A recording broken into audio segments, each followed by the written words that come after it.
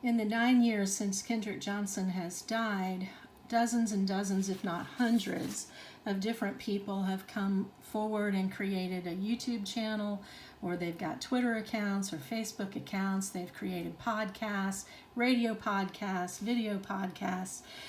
They bill themselves as true crime investigators, and the Kendrick Johnson case, because of the sensational nature of how he died, the salaciousness of the allegations that the Kendrick Johnson family made at certain individuals in our community, this just appeals to people because of its sensationalism, and people just are drawn to it from the fringes of our society. There are people who come to this case with outlandish ideas about organ harvesting, ritual cannibalism.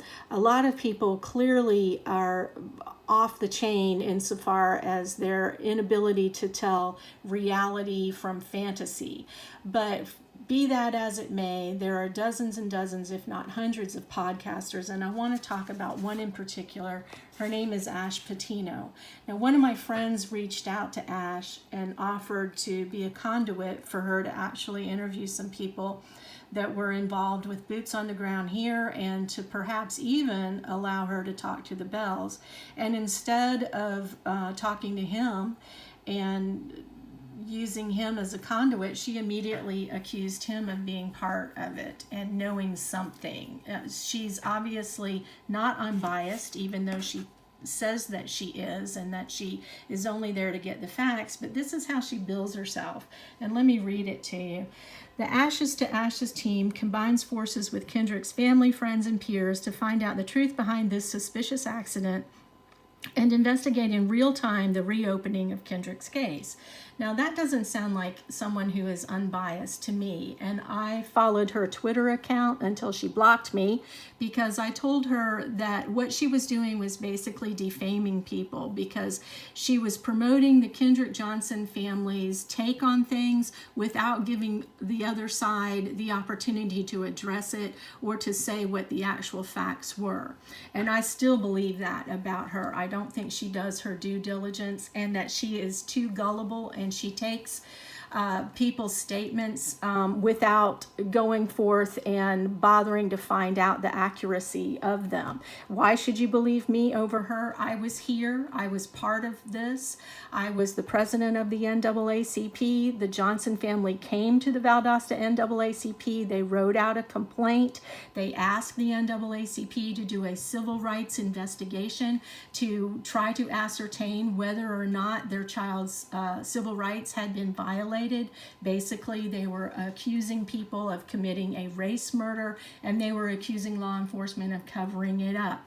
My group of officers in the NAACP went around and talked to dozens and dozens of people. We went back and forth, back and forth. We would go and find out what other people had to say about what the first 2 and 3 people said, and we found that it all dovetailed. We found no discrepancy. So our team concluded that there was no murder and there was no cover-up. Okay, when the Johnson family received the notice from the Lowndes County Sheriff's Department that their son died in an accident, they asked that the DOJ come in and investigate. So I was part of the community activists that asked for the DOJ to come in. And at that point, we believed that the DOJ was the highest level of justice in the land. I thought that the people who worked there had character and integrity. I did not think that they were a political arm, and that they were there to gin up outrage, to send Democratic voters to the polls to vote for President Obama. I am an Obama voter. I voted for him twice. I'd do it again. I voted for Joe Biden. I'm going to be a Democrat probably till the day I die. Full disclosure. But having said that, I believed that a DOJ under President Bush or a DOJ under President Obama was an unbiased law enforcement agency. I no longer believe that. Okay, so let's talk a little bit about this latest episode from Ash Patino, which is called The Bells. And I presumed that she was going to trash them the way that the Kendrick Johnson family trashed them. They got out in public on day one and started accusing the Bell family by name. They eventually accused another white boy and a white girl, and I'm not going to say their names, trying to spare them because they were cleared just like the Bells. But Ash wants to know why the DOJ raided the Bells' homes when there was surveillance video, as she calls it. It's just video from the high school that shows that both of the Bell boys, one boy was off campus and the other boy was on the other side of the school. She wants to know why the DOJ raided their homes. Well, as I said, she leaves out the fact that there was another boy and a girl. And one of the allegations, one of the many allegations from the Kendrick Johnson family, was that Rick Bell, the FBI agent, the father of Brian and Brandon, was committing obstruction and witness tampering by telling these kids what to say to the grand jury and to investigators. So they came in and seized cell phones and computers because they were trying to prove that there was some kind of relationship between all of these people in hiding the facts. And they obviously found none. But in the 9 years since this has all happened, the DOJ refuses to release these files. And Ashley Paulk, our current sheriff, who reopened the case because he wanted to get these files, and kudos to him. People in the community know that there is no love lost between me and Sheriff Paulk. I have gone up against him in my capacity as NAACP president on other issues in our community. But in this case, he went and got the files and he read them and he put together his own summary of what he found in them. And he is asking for the judge in this case to open the file so that the public can see them. DOJ files are sealed, and you can't write an open records request and get them as a member of the public community. And it's unlike a sheriff's department or your city government where Freedom of Information Act applies. That does not apply with the DOJ. But he is asking for the judge to go forward in the proper and lawful manner and to open these files so that the community can see it. It's been 9 years since KJ died. I think it's probably been about 6 years, maybe 5 years since the DOJ closed their case.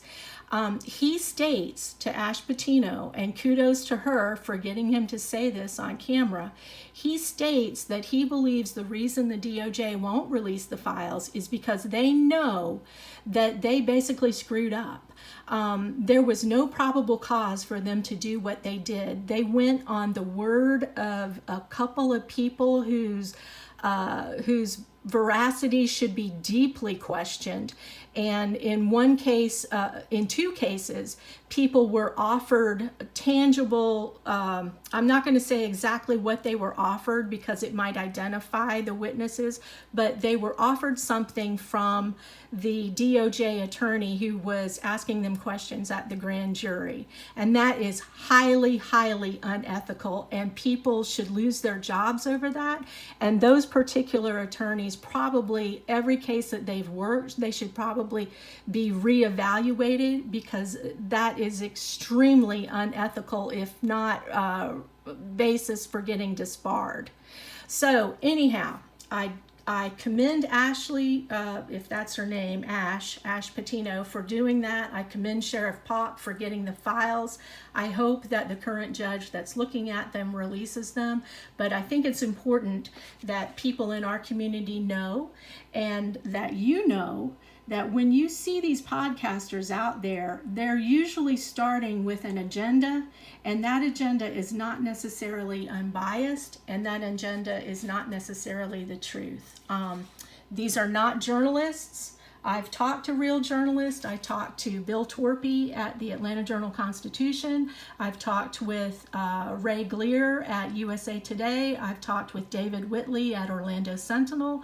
I've talked with Christian Boone at Atlanta Journal. I've talked to numerous journalists.